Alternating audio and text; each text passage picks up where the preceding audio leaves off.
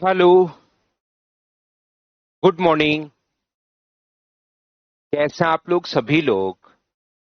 क्या एकदम बढ़िया हैं? एकदम शानदार हैं। ऑडियो और वीडियो क्या बिल्कुल ठीक है क्या? एक बार मुझे बताइए, उसके बाद हम लोग आज की क्लास की शुरुआत करते हैं। Good morning, good morning, good morning. आज की जो क्लास हमारे होने वाली है, अब मैंने आप लोगों को बता दिया है कि किस टाइप से हम लोग एक तरीके से यहाँ पर पढ़ने वाले हैं। स्टैटिस्टिक्स की हम लोग शुरुआत करते हैं और यहाँ से हम लोग धीरे धीरे अपने चैप्टर को, good morning, good morning, good morning, धीरे धीरे अपने चैप्टर को आगे हम लोग बढ़ाते हैं।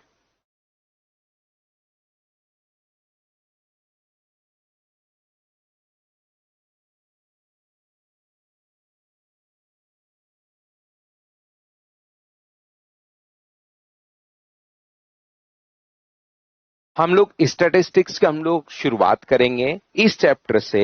ये जो आपके पास क्वेश्चन आता है, इसका क्वेश्चन आपके पास एसएससी के मेंस में आता है, रेलवे में भी अपने पास इसका क्वेश्चन आता है, और अपने पास इसका जो क्वेश्चन आता है वो अपने पास सीडीएस में भी आता है। या आप लोग यूपी पुलिस वगैरह का एग्जाम अगर दो तो इसका क्वेश्चन अपने पास काफी सारे एग्जाम्स में देखने को आप लोगों को मिलेगा। Good morning, good morning, good morning. यहाँ पर ध्यान से, अच्छे से, ठीक से आप लोग समझने की कोशिश करना। थोड़ी देर के लिए मैं आपके जो कमेंट्स हैं वो कर दूंगा बंद, कि आप लोग कमेंट नहीं कर पाओगे थोड़ी देर के लिए। यहाँ पर बीच बीच में टेक्नोलॉजी की सहायता से मैं आपको चुप करवा दूंगा और हम लोग आगे बढ़ेंगे। ध्यान से सुनना, सीखने की आप लोग कोशिश करना। हम लोग पढ़ रहे हैं स्टैटिस्टिक्स। मैं मानकर चल रहा हूं कि आप लोगों ने यहाँ पर 10th में थोड़ा बहुत पढ़ा होगा। कुछ बच्चे, 1 या 2% बच्चे ऐसे हो सकते हैं जिन्होंने 11th क्लास में स्टैटिस्टिक्स पढ़ा हो। उनको छोड़कर बाकी जिसने 10th में थोड़ा बहुत अगर देखा है, तो आप लोगों से अब वापस से 3, 4, 5, 6 साल अगर हो गए आपको 12th किए, 10th किए हुए, तो अब आपसे ये क्वेश्चन वापस नहीं होंगे, आप लोग भूल चुके हो। मैं मेरी तरफ से हमेशा मानकर चलूंगा कि आपको जो भी चैप्टर की मैं शुरुआत करूं, जैसा आपको पता है कि मैं हमेशा मानकर चलूंगा कि आपको कुछ नहीं आता, आप बिल्कुल जीरो हो। धीरे धीरे, धीरे धीरे तरीके से हम लोग आगे बढ़ेंगे, सिस्टमेटिक तरीके से। मैं एकदम जीरो से शुरुआत करूंगा और अच्छे लेवल तक हम लोग धीरे धीरे पहुंच जाएंगे। एक बात, मेरी क्लास में, क्योंकि मेरी मॉर्निंग की क्लास जो है या मेरी जो भी क्लास हो, उसमें मैं बच्चों से बुलवाता हूं, बोलता रहता हूं कि भाई हाँ और ना बोलिए, एक्टिवली आपको पढ़ना है। मेरी ऑफलाइन क्लास में तो मैं पीछे ही पढ़ा रहता हूँ, हाँ ना, समझ में आया नहीं आया, ये बुलवाता रहता हूँ ताकि क्लास की एनर्जी बनी रहे। लेकिन आप लोग जो ऑनलाइन स्टूडेंट हो ना, उनके साथ एक प्रॉब्लम ये है, ऑफलाइन को तो मैं बुलवाता रहता हूँ जिससे बच्चों को इंटरेस्ट धीरे धीरे आना शुरू होता है। दूसरी बात, जो ऑनलाइन वाला बच्चा है वो क्या करता है, वो स्क्रीन खोलता है, पढ़ना शुरू करता है, और पूरे 1 घंटे की क्लास उसको बहुत बढ़िया क्लास लगती है, लेकिन दूसरे दिन उसका आने का मन ही नहीं करता। मुझे एक बात बताइए कि क्या कोई बच्चा अगर क्लास में आएगा ही नहीं तो क्या मैं उसको सिखा सकता हूं? क्या कुछ भी कर लो, क्या कितनी भी मेरी तरफ से एनर्जी लगा दो, उसको मैथ्स में नहीं सिखा पाऊंगा अगर क्लास में ही नहीं आ पाओगे। और क्लास में कब आ पाओगे? जब आपकी एनर्जी यहां पर थोड़ी सी, आप इसमें पार्टिसिपेट करोगे, हाँ ना, क्लास एनर्जेटिक अगर लगेगी, तो आप लोग यहां पर आओगे, आपको आने में मजे आएंगे।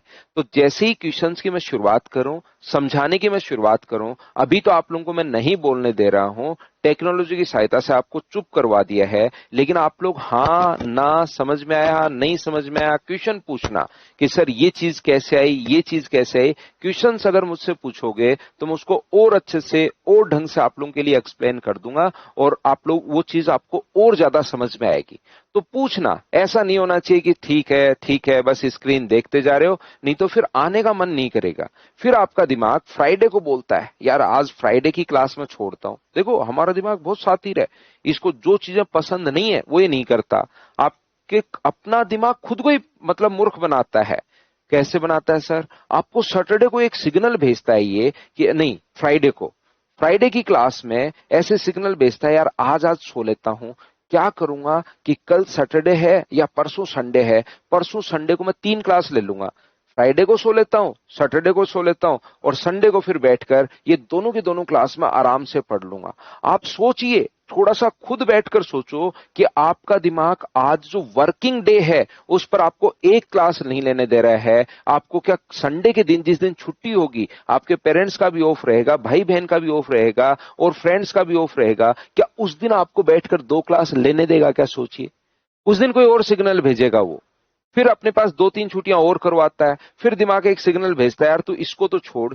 नया चैप्टर जब शुरू हो ना तो सर के साथ साथ ही बहुत बढ़िया से पढ़ लेना और फिर आप सोचते हो हाँ यार ये बात सही है कि सर का अगला चैप्टर जैसे ही शुरू होगा ना तो मैं सर के साथ साथ एकदम तरीके से पढ़ूंगा, सर जैसे पढ़ाएंगे वैसे प्रैक्टिस करता रहूंगा। ये चैप्टर तो मेरा थोड़ा सा छूट गया है, बाद में मैं रिकॉर्डेड देख लूंगा। लेकिन अगले चैप्टर में भी सेम हालत रहती है। अगर आपको पढ़ने की आदत ही होती तो फिर तो पहला चैप्टर भी ढंग से पढ़ लेते।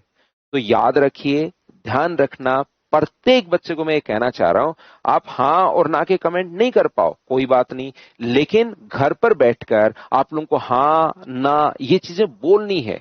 मैं बोलूं 9x6, आप ऐसे कैसे बैठे हो? मैं यहां पर जैसे ही कोई कैलकुलेशन अगर कर रहा हूं, इस चैप्टर में बहुत सारी कैलकुलेशन अपने पास है, अगर मैं बोलता हूं 14x6 तो आपके दिमाग में तुरंत आपको उधर से बोलना है कि 84, जिससे क्या होगी, आपकी कैलकुलेशन फास्ट होगी। 7+3 तो आपके दिमाग में आना चाहिए 10। एक्टिवली हमें पढ़ना है, हमें साथ साथ बोलना है ताकि कैलकुलेशन इसी से। एक जमाना था जब हम लोग गुरुकुल्स में पढ़ते थे, उस टाइम तो सिर्फ बोल बोल कर ही याद करवाया जाता था। तो बोलने से और थोड़ा सा जोर से बोलने से हमें चीजें ज्यादा दिन तक याद रहती हैं। तो ये कैलकुलेशन साथ साथ बोलना, मैं कहूं 14x5 और आप ऐसे कैसे बैठो, कुछ नहीं दिमाग में आ रहा, 14x5 यार सर लिख देंगे, तब मैं भी देख लूंगा क्या होता है। आपको बोलना है मेरे साथ साथ, ये चीज आप ध्यान रखिए, इसको आप लोग याद रखना। यहां पर ध्यान से, अच्छे से, ठीक से आप लोग समझने की कोशिश करना स्टैटिस्टिक्स। जैसे अभिषेक है, अभिषेक ने एक क्वेश्चन किया, एडीक्यूटी पैटर्न पर बेस्ड कवर होगा क्या? अब अभिषेक ने कभी पहले का वीडियो देखा है। एक जमाना था अभिषेक जब एडीक्यूटी आया और आते ही हर टीचर ने, ये देखिए एडीक्यूटी पर पैटर्न पर बेस्ड क्वेश्चन, ये देखिए एडीक्यूटी पर बेस्ड पैटर्न क्वेश्चन। पिछले साल जो भी बच्चों ने एग्जाम दिया है भाई, प्री का एग्जाम, उनसे पूछ कर देखिए। अगर मेरे क्लास में, आप 2010 में मैंने मार्च में पढ़ाना शुरू किया था और 2010 मार्च में और 2011 लास्ट तक, मान लीजिए अगस्त तक 2011 मैंने बैंकिंग पढ़ाया, उसके बाद साथ साथ मैंने एसएससी पढ़ाना शुरू किया। तो 2011 अगस्त के बाद अगर आपने मेरा कोई भी बैच लिया है, ऑनलाइन, ऑफलाइन, फ्री वाला, यूट्यूब वाला, अनअकैडमी पर मैं पढ़ाता था, मदर्स में पढ़ाता हूं मैं ऑफलाइन, कहीं भी कोई भी बैच लिया है, तो भी आप लोग 2025 का पेपर आराम से क्लियर कर सकते हो। तो इसमें आपको कोई भी टेंशन लेने की जरूरत नहीं है, क्योंकि मैं हर चीज आपको बेसिक से पहले बताता हूं और कोई दूसरा तरीका, तीसरा तरीका, चौथा तरीका है तो वो मैं आपको बाद में बताता हूं। तो इस टाइप की चीजों से आपको डरने की जरूरत नहीं है। वो एक टाइम, जैसे आजकल क्या होता है कि मतलब एक, बाद में कभी बात करता है, अभी तो हम लोग पढ़ाई पर आते हैं, नहीं तो दूसरी तरफ हम लोग निकल जाएंगे। गौरव, 4th वीडियो में अपलोड करता हूं आपके लिए कैलकुलेशन की, सभी लोगों के लिए। अभी हम लोग यहां पर पढ़ते हैं स्टैटिस्टिक्स की, हम लोग शुरुआत करते हैं सांख्यिकी। ये जो अपने पास चैप्टर है, ये ध्यान रखना, बड़े डेटा को एनालिसिस करने के काम आता है। बहुत सारा बड़ा डेटा होता है, उसको एनालिसिस करने के काम आता है। जो अपने पास स्टैटिस्टिक्स सब्जेक्ट है, इससे बहुत बार आने वाली मंदी को प्रिडिक्ट किया जा सकता है पूरा डेटा देखकर, और उस प्रिडिक्शन करके साथ साथ हम लोग ऐसी गवर्नमेंट पॉलिसीज बना सकता है बड़े लेवल पर, जिससे वो मंदी जल्दी से निकल जाए। कभी मंदी 10-10 साल चलती थी, आजकल 1-2 साल में पॉलिसीज ऐसी बन रही हैं कि कहां पर पैसा लगाया जाए, कैसी पॉलिसीज बनाई जाए कि इस महामंदी से हम लोग बाहर निकल जाएं। तो ये बहुत बड़े डेटा को एनालिसिस करने के लिए हमारे काम आता है। लेकिन हम लोग क्योंकि यहां पर जो पढ़ने वाले हैं वो सिर्फ और सिर्फ, अपने पास मेंस में एक क्वेश्चन आता है, एक आधा क्वेश्चन अपने पास आता है, तो मैं यहां पर 10th की और 11th क्लास की बहुत सारी चीजें आप लोगों को पढ़ा दूंगा। 10th क्लास का जो क्वेश्चन है और जो 11th क्लास की बहुत सारी चीजें, 11th क्लास की 100% तो नहीं, लेकिन 11th क्लास की बहुत सारी चीजें मैं आप लोगों को यहाँ पर पढ़ा दूंगा स्टैटिस्टिक्स में। मैंने जैसा आपको बताया, मैं मानकर चल रहा हूं कि आपको कुछ नहीं आता, आप पहली बार पढ़ रहे हो और ये चैप्टर बहुत आसान चैप्टर है, ध्यान रखना। बस अभी आपको चीजें पता नहीं है तो आपको थोड़ा सा लग सकता है, नहीं तो ये चैप्टर बिल्कुल आसान चैप्टर है। इसमें जो हम लोग पढ़ने वाले हैं वो मैं आप लोगों को पढ़ाने वाला हूं मीन के बारे में। मीन या माध्य, मैं आप लोगों को पढ़ाने वाला हूं मीडियन के बारे में, माध्यिका के बारे में। आपको दो ही चीजों का ध्यान रखना है भाई, मैं मैथ्स की आपकी गारंटी ले रहा हूं, आपको दो ही चीजों का ध्यान रखना है। और वो एक तो ये है कि आप लोग यहां पर रेगुलर रहो, पहली बात। और मेरे साथ साथ आप लोग बोलते रहो कि हाँ ना ये चीज, या मैं कुछ मल्टीप्लाई करूं, कुछ ऐड करूं, तो वो साथ साथ आप लोग करते रहो। नोटबुक आप लोग साथ लेकर बैठिए। यहां पर रेंज या प्रास, यहां पर अपने पास है रेंज कोफिशिएंट।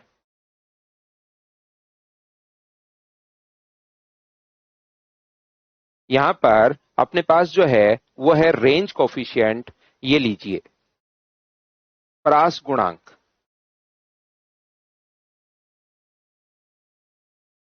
फिर आता है अपने पास मीन डेविएशन,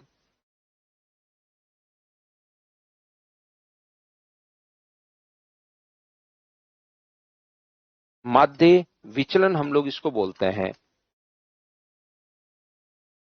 फिर अपने पास आता है मीन डेविएशन के बाद अपने पास स्टैंडर्ड डेविएशन।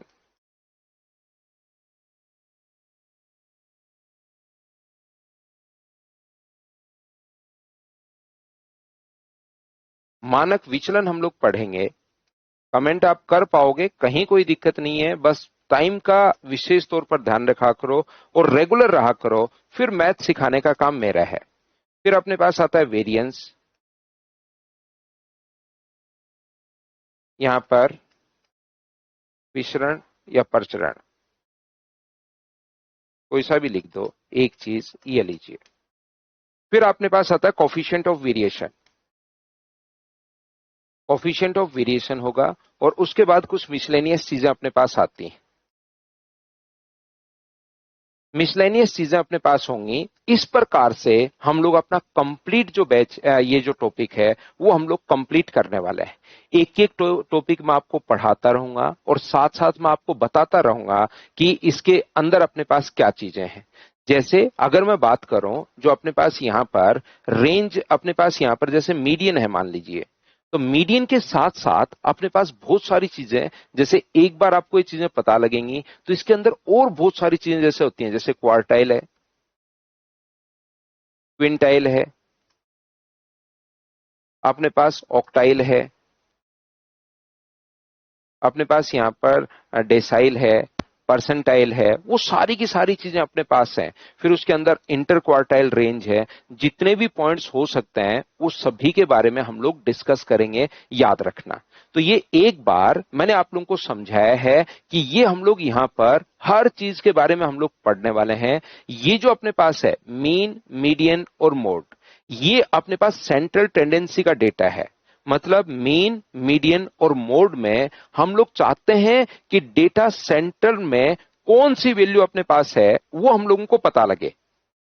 सेंटर में कौन सी वैल्यू अपने पास है वो हम लोगों को पता लगे, उसके लिए हम लोग ये चीज करते हैं। मीन, मीडियन और मोड जो है वो हम लोग फाइंड आउट करते हैं, एक चीज।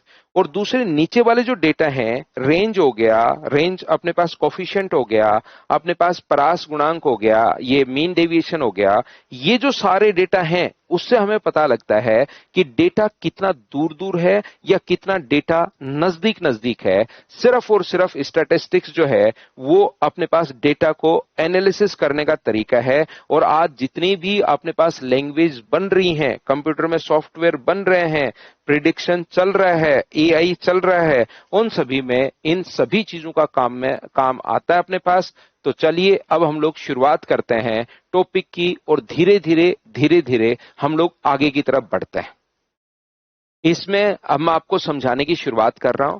ये 10 पॉइंट हम लोग पढ़ेंगे। इसमें बहुत सारे, जैसे इंपेरिकल फॉर्मूला है अपने पास, इंपेरिकल फॉर्मूला होगा, पिछले साल ही क्वेश्चन आया है, 2025 में अपने पास क्वेश्चन आया है, तो वो सारी की सारी चीजें मैं आप लोगों को यहां पर समझा दूंगा। मिसलेनियस पॉइंट में कुछ एक्स्ट्रा पॉइंट होंगे, वो मैं आपको बता दूंगा।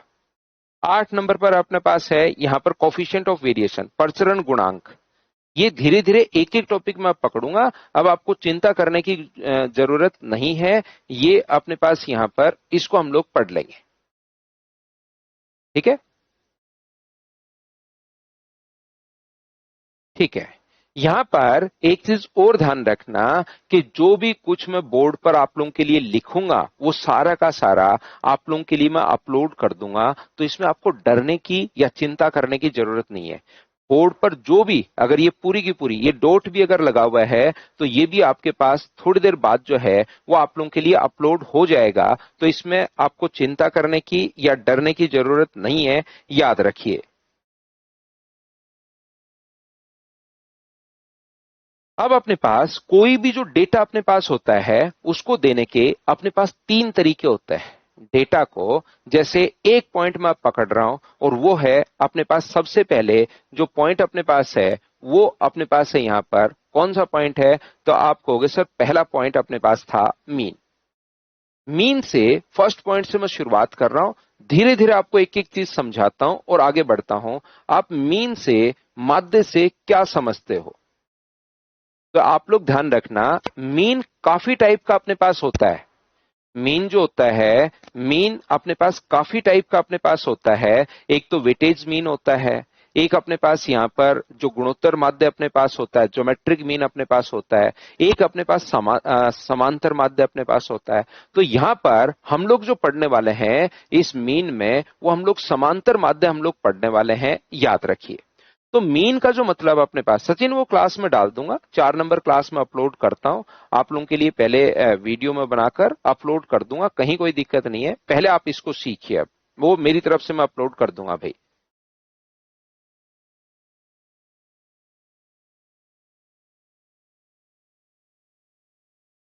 ठीक है ना। तो यहां पर अब एक्स्ट्रा कमेंट करने के बजाय थोड़ी देर सिर्फ और सिर्फ आप मुझे सुनिए, जिससे आप लोगों को चीजें सीखने को मिलेंगी। थोड़ी देर सुनो, अभी तो हमने शुरुआत की नहीं है। बड़े बड़े कमेंट करने के बजाय, किसी भी बड़े कमेंट का मैं रिप्लाई अभी नहीं कर पाऊंगा, इससे रिलेटेड कुछ होगा तो मैं आपको क्वेश्चन से रिलेटेड अब समझाते चलता हूं। पहली क्लास में अपने पास मैंने फर्स्ट पेज पर आपको बताया कि अपने पास 10 टाइप के जो पॉइंट हैं ये मैं आप लोगों को पढ़ाने वाला हूं। इन 10 पॉइंट में भी अंदर जितने पॉइंट अपने पास होंगे वो भी मैं आपको पढ़ाते चलूंगा, उनको मैं आपको समझाते चलूंगा। लेकिन अभी आपको चीजें सीखनी पड़ेंगी कि हम लोग यहां पर जो है पहले पॉइंट को शुरुआत तो करें। तो एक बार इस चीज पर ध्यान रखना।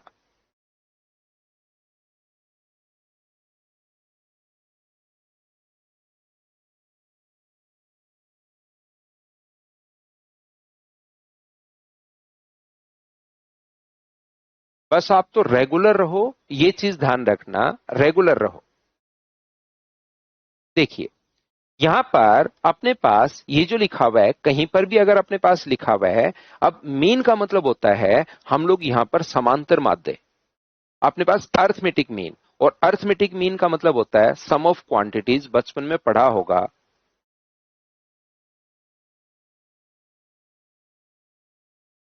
इस चैप्टर के लिए sum of quantities upon number of quantities. Sir ये तो अपने पास एवरेज का फॉर्मूला भी होता है, बिल्कुल एवरेज ही तो है मीन, राशियों का योग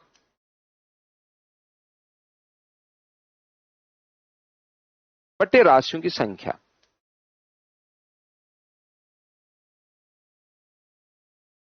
राशियों का योग बटे राशियों की संख्या, अपने पास इसको हम लोग बोलेंगे कि ये अपने पास मीन है, और इसको एक्स बार से हम लोग डिनोट करते हैं।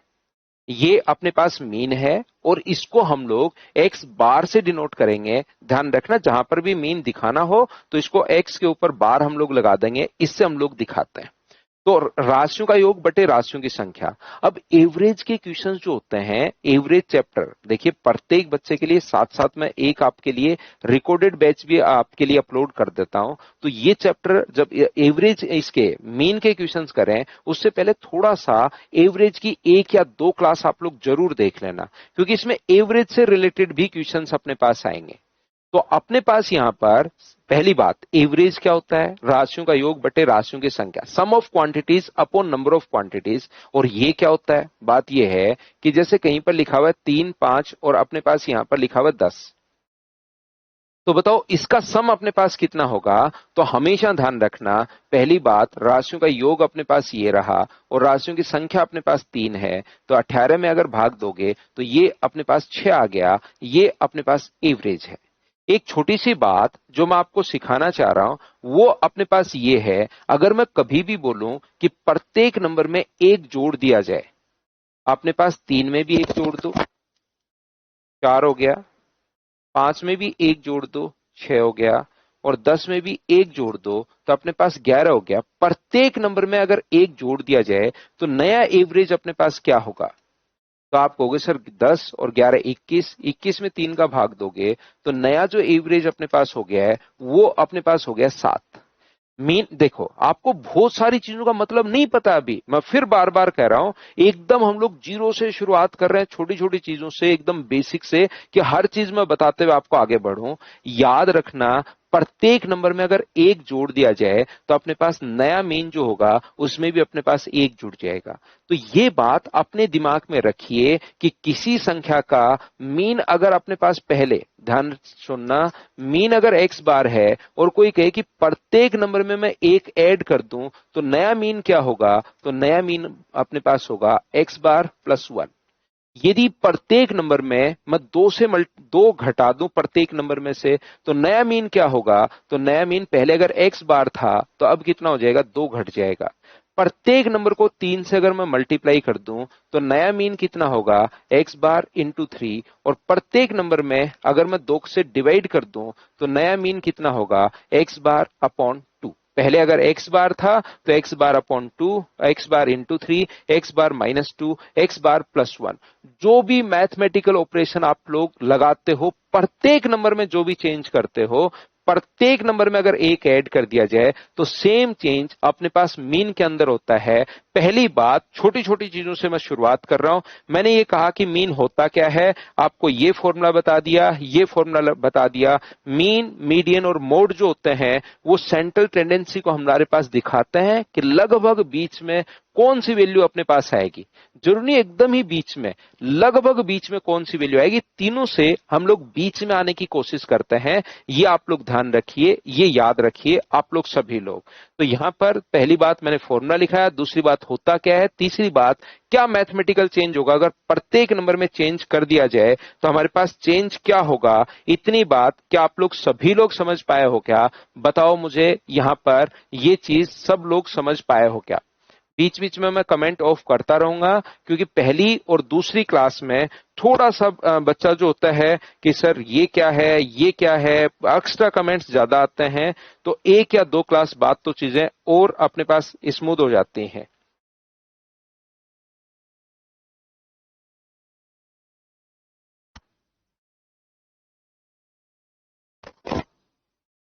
तो देखिए, मैं फिर से बता देता हूं, यहां पर sum of quantities upon number of quantities, ये अपने पास मीन का फॉर्मूला होता है।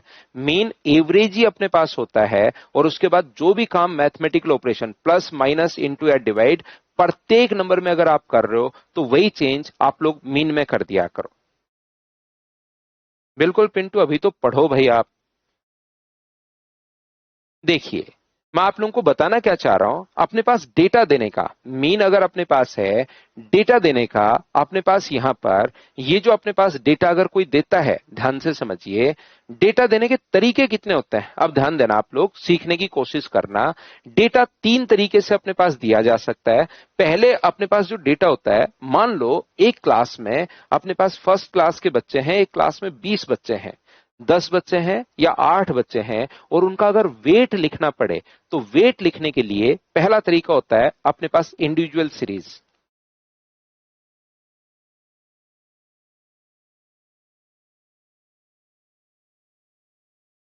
व्यक्तिगत श्रेणी।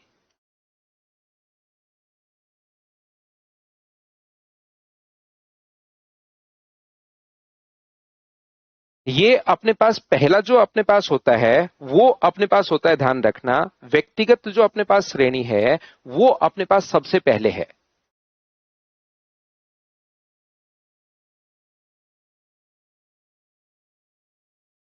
व्यक्तिगत श्रेणी किस प्रकार से, अगर हमें किसी भी डेटा को लिखना पड़े कि एक क्लास में 5 बच्चे हैं तो उन 5 बच्चों का वेट है, मान लो एक का 10 केजी, एक का 11 केजी, एक का 8 केजी, एक का 9 केजी और एक का मान लीजिए 15 केजी अपने पास वेट है। इस प्रकार से मान लीजिए अपने पास वेट है, एक का वेट है 13 केजी यहां पर, ठीक है। ये अपने पास 5 बच्चे अगर अपने पास हैं तो इनका जो वेट अगर लिखना पड़े तो हम लोग इस प्रकार से अलग अलग 10 का, 5 का, 15 का, 20 का, 50 का, 100 लोगों का वेट अगर हमें लिखना पड़े तो हम लोग वेट को अलग अलग भी इस प्रकार से हम लोग लिख सकते हैं। और इनका अपने पास एवरेज क्या होगा, मीन क्या होगा, जिसको एक्स बार से हम लोग दिखाते हैं। तो आप कहोगे सर इन सभी को जोड़ लो, और आप लोग सबसे पहले इन सभी को जोड़कर डिवाइड कर दो, किससे, 5 से सर डिवाइड कर दीजिए। तो ये लो अपने पास आंसर आ जाएगा 13, और अपने पास यहां पर ये जो है 9 8 17 और 13 30 40, 40 में ऐड करोगे तो 55, और 55 को 5 से अगर डिवाइड करते हो तो ये अपने पास आ जाएगा 11। ये लो, ये अपने पास आंसर आ गया। बताओ ठीक है क्या? हाँ और ना बताइए, क्या सबसे पहले ये बात आप लोग सभी लोग समझ पाए हो क्या? अब दूसरा, ये हुआ एक छोटे डेटा को देने के लिए, डेटा दिखाने के, डेटा बनाने के, सीरीज बनाने के 3 तरीके अपने पास होते हैं। पहला, अपने पास छोटा डेटा होता है, 5 हो, 10 हो, 15 हो, 500 हो, 20 हो, 1000 लोग हो, उनको हम लोग ऐसे लिख सकते हैं।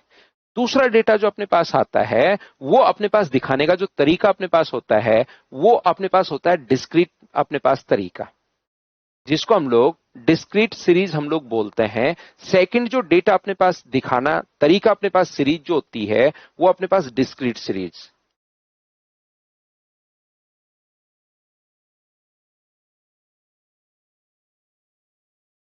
अपने पास यहां पर डिस्क्रीट या विच्छिन्न श्रेणी,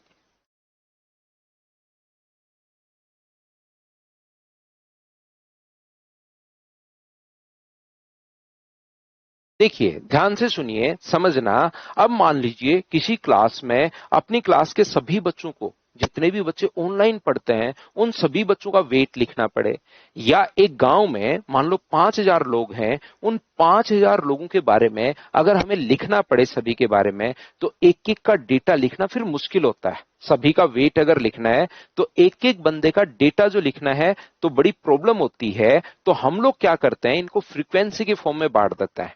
डिस्क्रीट सीरीज इसको बोलते हैं, नाम इसका डिस्क्रीट सीरीज है। पहला इंडिविजुअल है, दूसरा डिस्क्रीट है, तीसरा कंटिन्यूस अपने पास हो जाएगा। 3 तरीके से। कैसे? अपने पास यहां पर जैसे कहीं पर भी अपने पास हम लोग क्या बोलेंगे कि जो अपने पास 5 केजी के लोग हैं वो अपने पास 7 लोग हैं।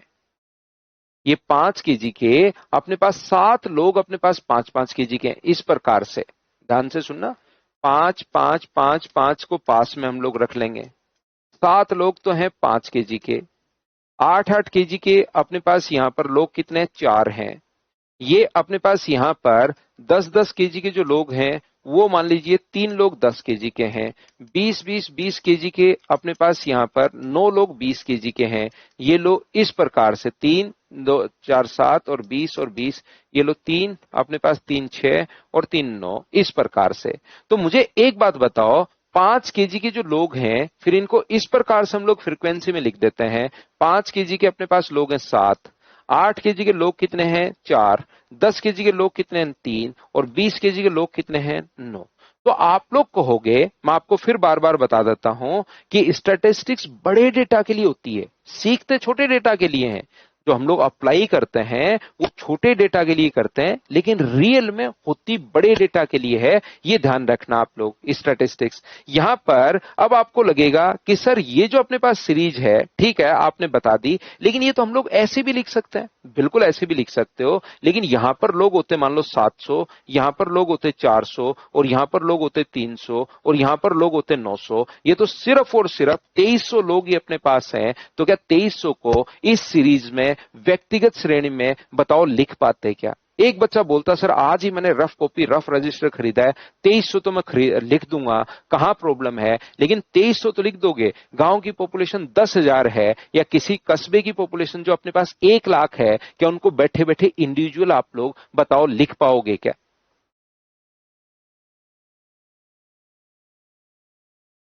हाँ और ना बताइए कि आप ये चीज समझ पाए हो क्या? तो आप कहोगे बिल्कुल सर, हम लोग ये बात समझ पाए हैं कि किसी भी डेटा को लिखने का तरीका अपने पास ये है, याद रखना, ध्यान रखना। बताओ ठीक है क्या?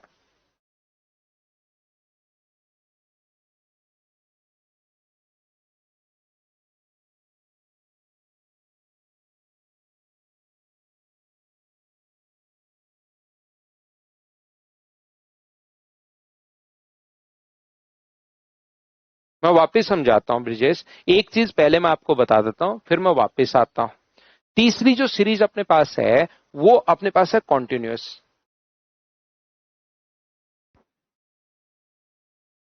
कॉन्टिन्यूअस सीरीज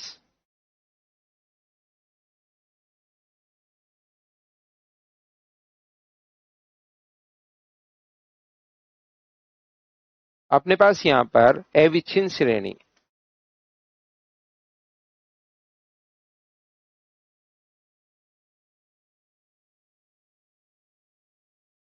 ये लीजिए।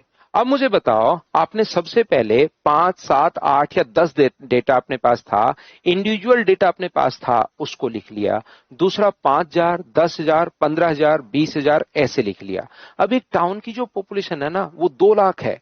अब उस 2 लाख को हम लोग 10 केजी के कितने हैं, 20 केजी के कितने हैं, 40 केजी के कितने हैं, 50 केजी के कितने हैं, ये तो लिख सकते हैं। लेकिन वहां पर हर टाइप का बंदा है। जैसे एक मान लीजिए, अपने पास एक डिस्ट्रिक्ट की जो पॉपुलेशन है ना, वो मान लो अपने पास 1 करोड़ है। उस 1 करोड़ की एज अगर लिखनी पड़े हमें, तो इंडिविजुअल हम लोग एज नहीं लिख पाएंगे, एक बात।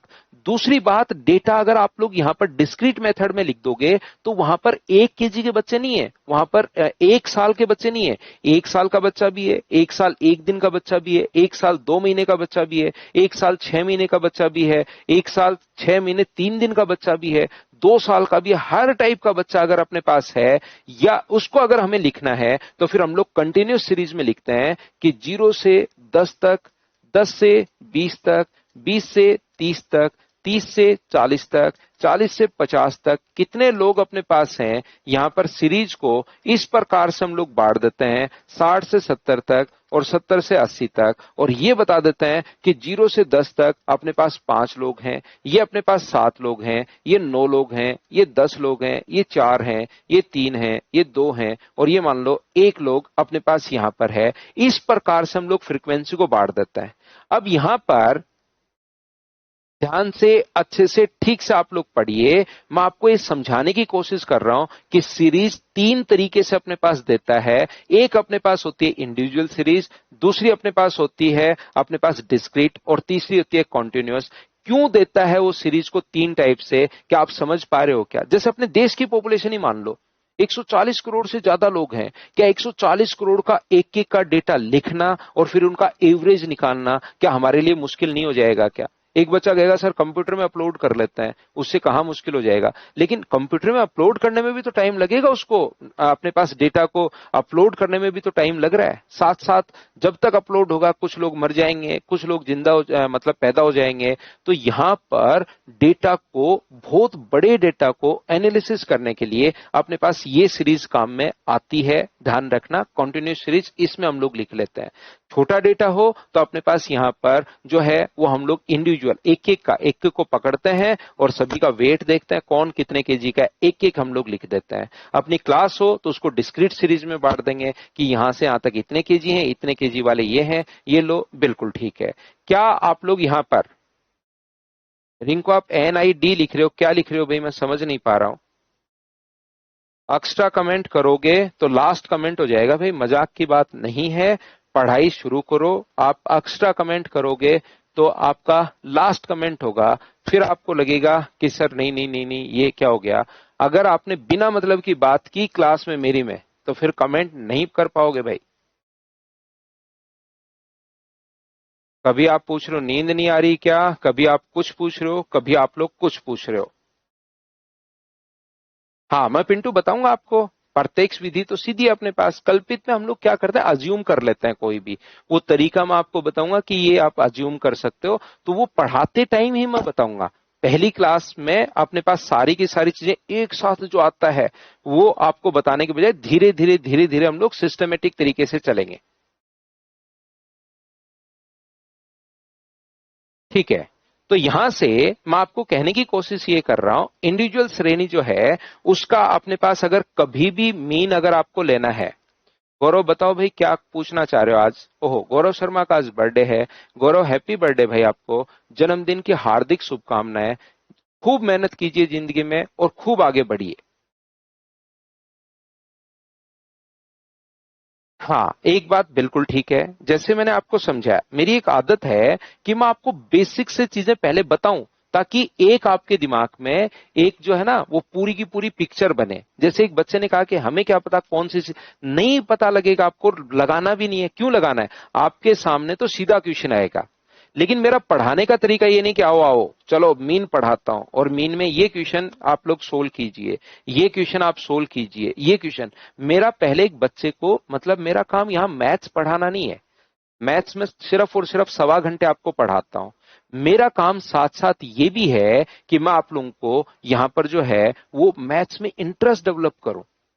अगर मैंने मैथ्स में आपका इंटरेस्ट डेवलप कर दिया तो उसके बाद मैं तो 1 घंटे 1.25 घंटे ही पढ़ाऊंगा, लेकिन आप लोग घर पर कम से कम 3-3 4-4 घंटे पढ़ोगे। और मेरे स्टूडेंट्स के साथ तो बहुत बार 5-10% बच्चे ऐसे होते हैं, उनको रोकना पड़ता है कि यार मैथ्स इतना मत पढ़ो, बाकी चारों सब्जेक्ट भी आपको साथ लेकर चलने हैं, तभी आपका सिलेक्शन होगा। तो कुछ बच्चे तो 8-8 9 9 घंटे सिर्फ मैथ्स में निकाल देते हैं। तो फिर उनको मैं रोकता हूं कि ना, इतना मैथ्स नहीं पढ़ो, नहीं तो मास्टर बन जाओगे मेरी तरह। सिलेक्शन कैसे होगा आपका? ध्यान रखना। तो आपका इंटरेस्ट डेवलप करना भी मेरा काम है कि मैथ्स में आपका इंटरेस्ट डेवलप हो। और इंटरेस्ट डेवलप तब होगा जब आपका बेसिक आपको पास आए। नहीं तो होगा क्या, बेसिक पता नहीं क्या हो रहा है, सिर्फ क्वेश्चन रट लिए, पहला क्वेश्चन किया नहीं हो रहा, दूसरा क्वेश्चन किया नहीं हो रहा, तीसरा क्वेश्चन किया नहीं हो रहा, चौथा क्वेश्चन किया नहीं हो रहा, पांचवा किया नहीं हो रहा, 10 तक किए कोई नहीं हुआ। आप कुछ भी, कितने भी दृढ़ निश्चय वाले आदमी हो, उसके बाद आपका पढ़ने का ही मन नहीं करेगा दूसरे दिन। अरे यार छोड़, मैथ्स नहीं लेता हूं, कुछ और पढ़ता हूं।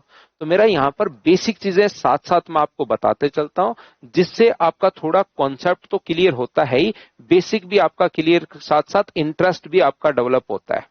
दूसरी बात मैं क्या कह रहा था, आपके ये जो चीजें अपने पास आती हैं, ये आपके एग्जाम में सीधा क्वेश्चन आएगा कि बताइए इसके अपने पास यहाँ पर ये क्या होगा, अपने पास मीन क्या होगा। तो वहां पर आपको ये नहीं करना पड़ता कि बताओ कौन सी सीरीज बनेगी या क्या होगा, ऐसा कुछ नहीं है, ध्यान रखना।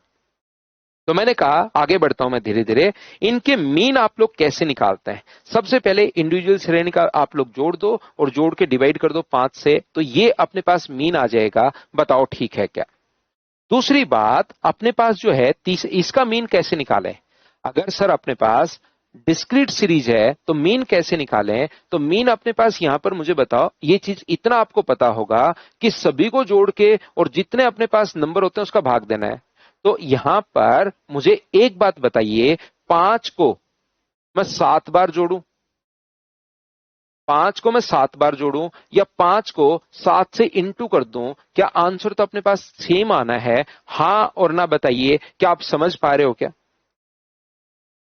5 को 7 के साथ मैं ऐड करूं, या 5 को 7 बार ऐड करूं, या 5 को 7 से मल्टीप्लाई कर दूं, क्या आंसर दोनों तरीके से सेम आना है? क्या समझ पा रहे हो क्या?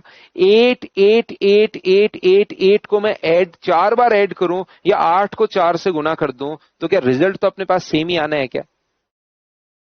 दोनों चीजें सेम है।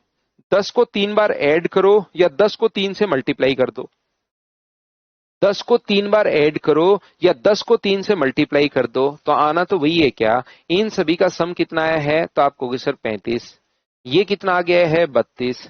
ये कितना आ गया है? तो आप कहोगे सर 30। और ये कितना आ गया है? तो 9 बार अगर है तो ये कितना आ गया? 180। ये लीजिए, क्या उन सभी को ऐड ही करना है क्या? आप कहोगे बिल्कुल सर, ये अपने पास 7 आ गया, 9 8 17 हो गया, ये अपने पास 2 है, और फ्रीक्वेंसी कितनी है? तो फ्रीक्वेंसी आप कहोगे सर 23 है।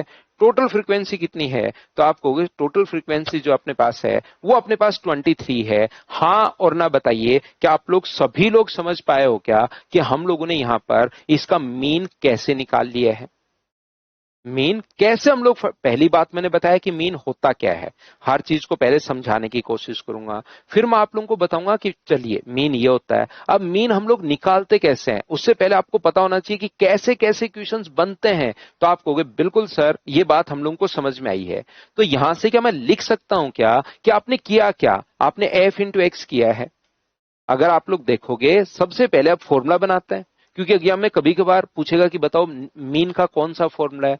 तो हम लोग क्या करते हैं, क्या फॉर्मूला बनाते हैं क्या, एफ इंटू एक्स, सभी जो एफ इंटू एक्स है उनको हम लोग जोड़ लेते हैं, और ये साइन है समेशन का। हमने मैथ्स में हर चीज का साइन बना रखा है, इनका सम करें ऐसे लिखने के बजाय ये साइन बना दिया, इससे बच्चा खुद समझे कि हाँ एफ एक्स को सभी को हमने जोड़ा है। और नीचे किसको जोड़ा था, फ्रीक्वेंसी को हम लोगों ने जोड़ा था, तो नीचे हम लोग लिख देते हैं फ्रीक्वेंसी का सम, और यही अपने पास मीन होगा। ये फॉर्मूला कैसे बन गया, हाँ और ना बताइए, क्या आप लोग सभी लोग समझ पाए हो क्या?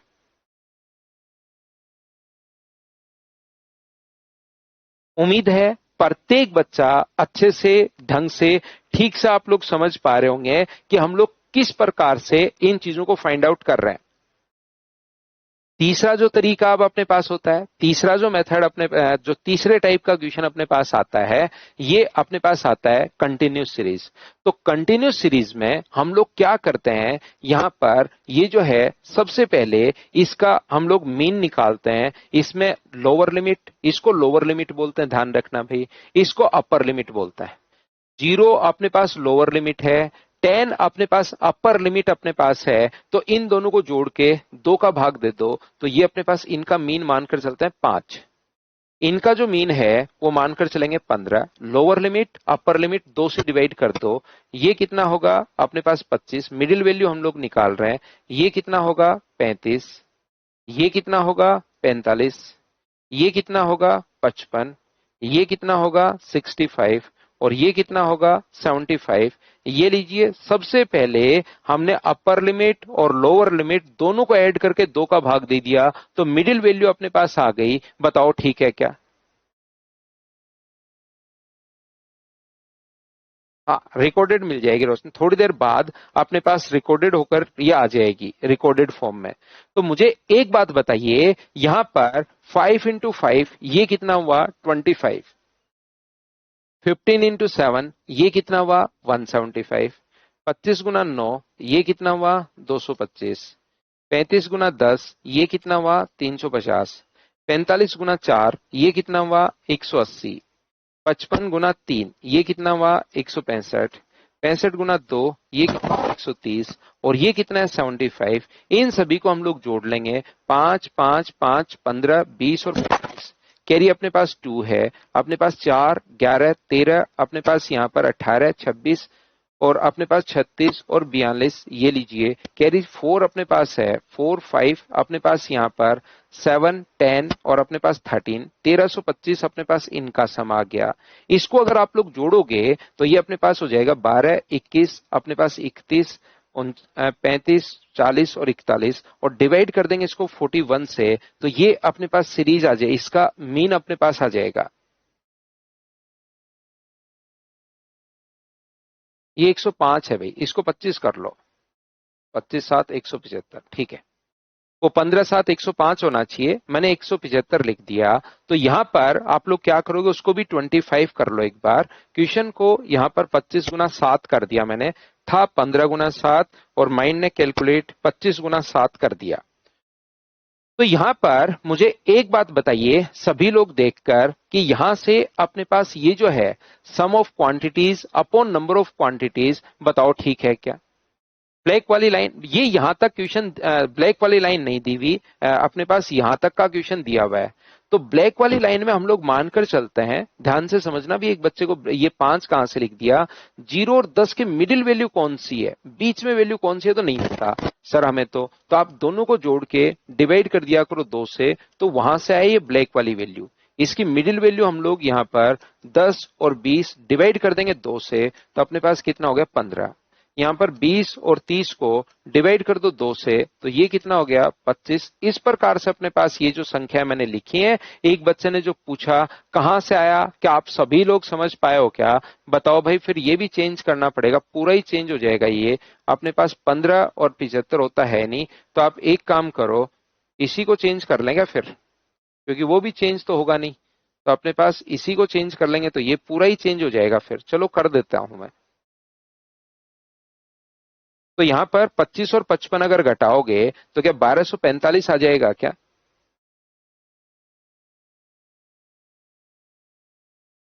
ऐड कर लेना भाई, कोई मिस्टेक हो जाए तो मैं आपको देख लेना। यहां पर ये बात क्या आप लोग सभी लोग समझ पा रहे हो क्या? 105 कर दिया मैंने, क्योंकि ये तो चेंज हो ही नहीं सकता, ये तो अपने पास चेंज हो सकता था। तो अपने पास 7 और 15 का गुना जो 175 आता नहीं तो मैं ये संख्या भी चेंज कर देता 7 की जगह भी, कोई बात नहीं। 1255/41, ये मैंने कर क्या लिया, पहले ये बात बताओ, क्या अब तो समझ पाए हो क्या? बिल्कुल आयुष।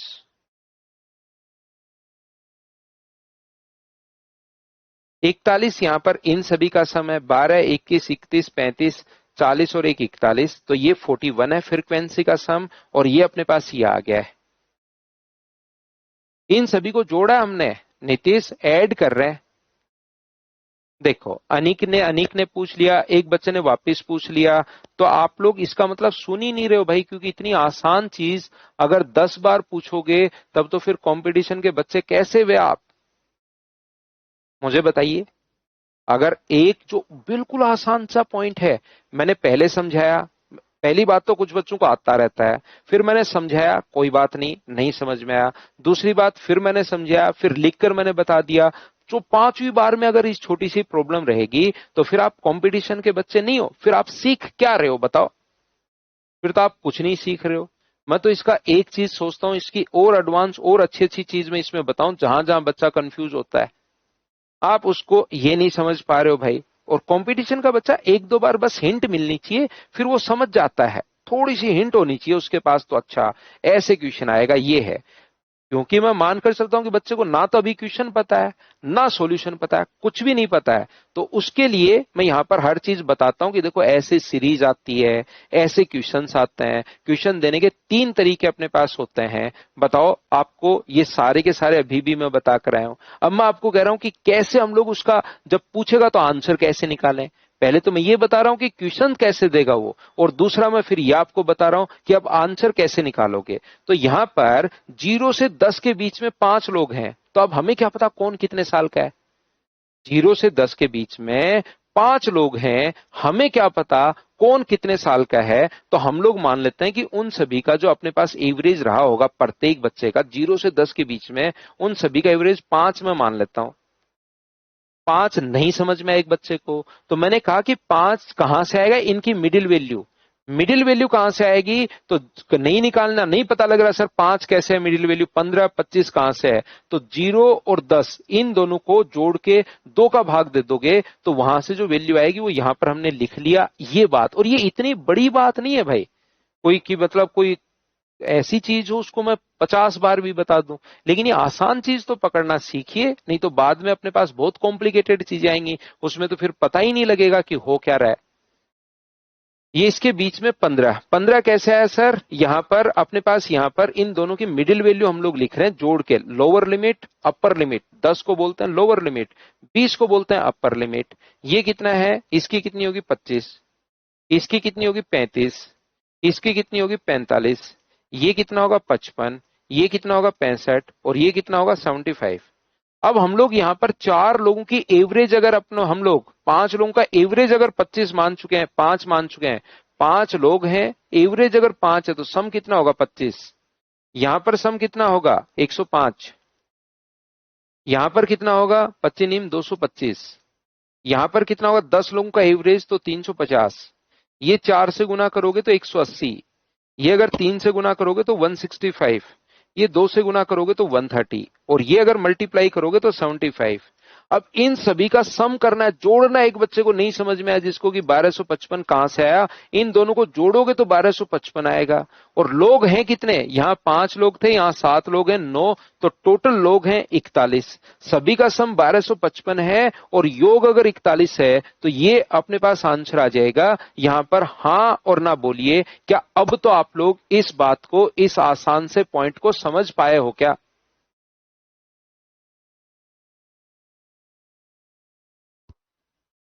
तो उसको ध्यान से सुनो। आप एक दूसरे के कमेंट पढ़ने में अपने पास लगे रहते हो कि कमेंट पढ़ लूं, ये फिर उसको पता नहीं लगता कि क्या हो रहा है। तो अगर आप लोग यहां पर मेरी क्लास में ध्यान रखना, ध्यान से भी अगर सुनते रहोगे ना, तो आपको हर क्वेश्चन का जवाब रिप्लाई मिलता चलेगा। आपको ऐसा लगेगा कि यार ये क्वेश्चन तो मेरे दिमाग में आया था, सर को कैसे पता लग गया। हर क्वेश्चन का रिप्लाई मैं करता चलता हूं, जो जो क्वेश्चन आपके दिमाग में बनता जाएगा।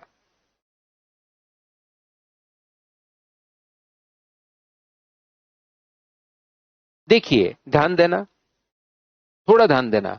अब कुछ बच्चे जिनका बेसिक क्लियर रहता है, मैथ्स क्लियर रहता है, सोचने का तरीका अच्छा रहता है कि यार वो सोच पाते हैं क्वेश्चन को, तो उनको लगता है, कुछ बच्चे तो बिल्कुल रटना है, रटना है, बात खत्म। कुछ बच्चे जो है ना थोड़ा सोच पाते हैं क्वेश्चन को, तो वो कहेंगे सर मैं उस गांव में गया था, जिस गांव की आप बात कर रहे हो, वहां पर 0 से 10 साल के जो बच्चे थे, 0 से 10 साल के बीच जो बच्चे अपने पास हैं, वो मुझे बताइए। 5 बच्चे जो थे ना सर, उनमें मैंने देखा गांव में एक की एज 2 है, एक की एज 3 साल है, एक की एज 4 है, एक की एज 5 और एक की एज 6 है। उस गांव में मैं गया, जाकर मैंने पता किया कि सर 0 से 10 के बीच में उस गांव में 5 बच्चे थे। पांचों की एज मैंने लिखी और वो एज मैंने लिखी 2, 3, 4, 5 और 6। और एज जो अपने पास आई सर, इनका एवरेज तो अपने पास 4 आया। मैंने तो 4 देखा तो एवरेज 4 है, जबकि आपने एवरेज जो है वो आपने 5 लिख दिया। तो क्या डेटा गलत नहीं हो गया है क्या, बताओ?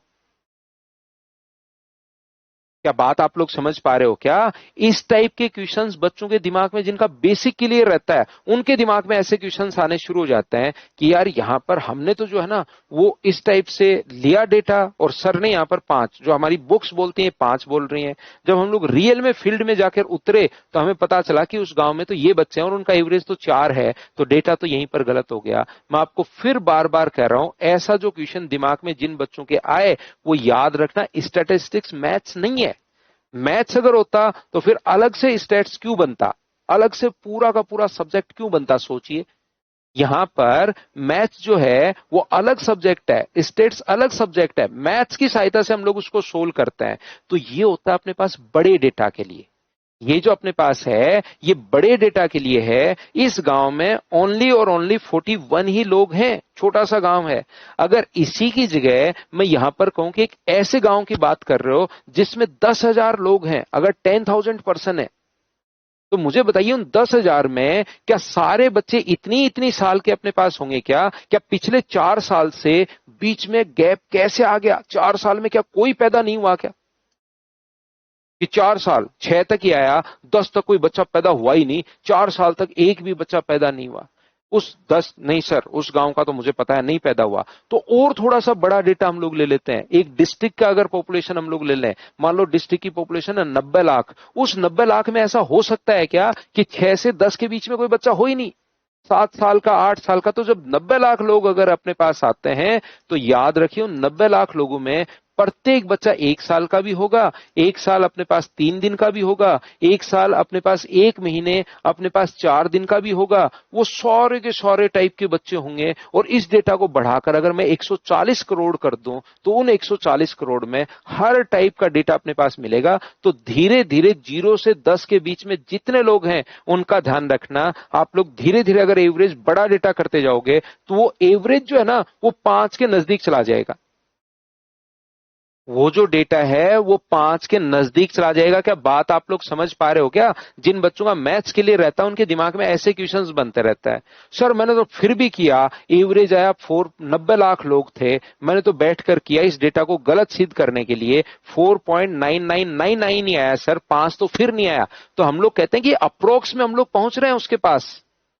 बड़े डेटा में अप्रोक्स में हम लोग उसके पास पहुंच रहे हैं, एकदम फिक्स नहीं निकाल रहे हैं कि सभी की एवरेज एज बता दो। वो एवरेज एज निकाल के वैसे चाहो तो कर क्या लोगे आप? मैंने निकाल लिया सभी का एवरेज एज, तो कर क्या लोगे एवरेज एज निकाल कर, कोई बहुत बड़ा काम थोड़े ना हो जाएगा।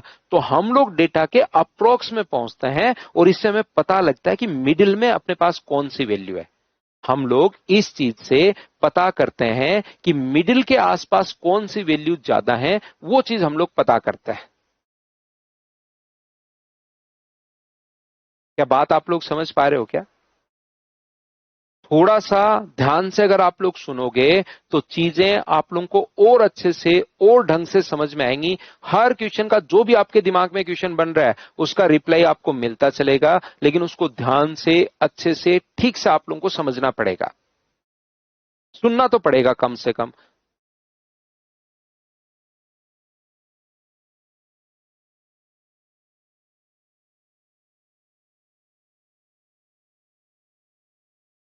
ठीक है ना? तो ध्यान रखना, पहली जो क्लास हमारी होती है, ध्यान रखिए, उसमें थोड़ा सा कमेंट जो है ना इधर उधर के ज्यादा आता है। जैसी एक दो क्लास लूंगा, जो बच्चे मतलब वैसे आए हुए होते हैं वो दो तीन क्लास के बाद, दो क्लास के बाद आने बंद हो जाता है। तो पहली जो हमारी आज की क्लास है उसमें थोड़ा सा मैंने आइडिया दिया आपको कि हम लोग यहाँ पर सबसे पहले क्या क्या पढ़ने वाले हैं, इसमें ये टॉपिक है। फिर मैंने एक पॉइंट पकड़ा, इसमें अपने पास कौन कौन से क्वेश्चंस बन सकते हैं, कैसे सीरीज बनती है। तो सीरीज देने के ये तीन तरीके होते हैं क्वेश्चन देने के। उन तीन तरीके में मैंने बताया कि मीन कैसे निकालोगे। अब इसके मैं आपको यहाँ पर 20-25 क्वेश्चंस करवा दूंगा तो और आपको अच्छे से याद हो जाएगा।